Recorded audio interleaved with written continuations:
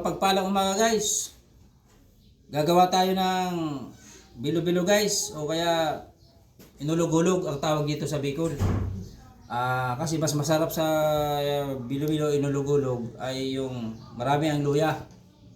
Kasi masarap ito guys pag hinigop mo maano sa katawan, yung ano ng luya guys, o katulad dito. Oh. Iniwa ko na siya guys ng maliliit para mas malasa siya.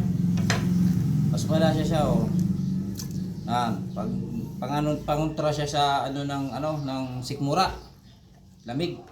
Yan guys. So, mas maganda, mas masarap pag marami. Lalagyan pa natin ng bilo-bilo yan. Yan.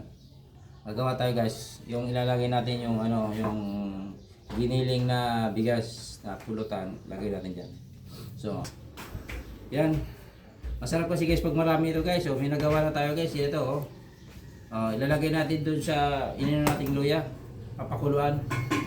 Ganito lang yan guys. Ibilog-bilogin lang natin sa ating kamay guys. Medyo maliit lang. Kumukulo na siya guys. Ilalagay na natin yung inano natin na giniling na bigas na malakit. Bilo-bilo, lagay na natin dito. Ayan. So ayan guys, medyo lumilitaw na guys yung binilog-bilog nating giniling na bigas na malagkit. Yung bilo-bilo natin. Ayan guys oh. Isa sa palatandaan naluto na siya guys. So ayan guys. Okay na to guys. Tayo na natin.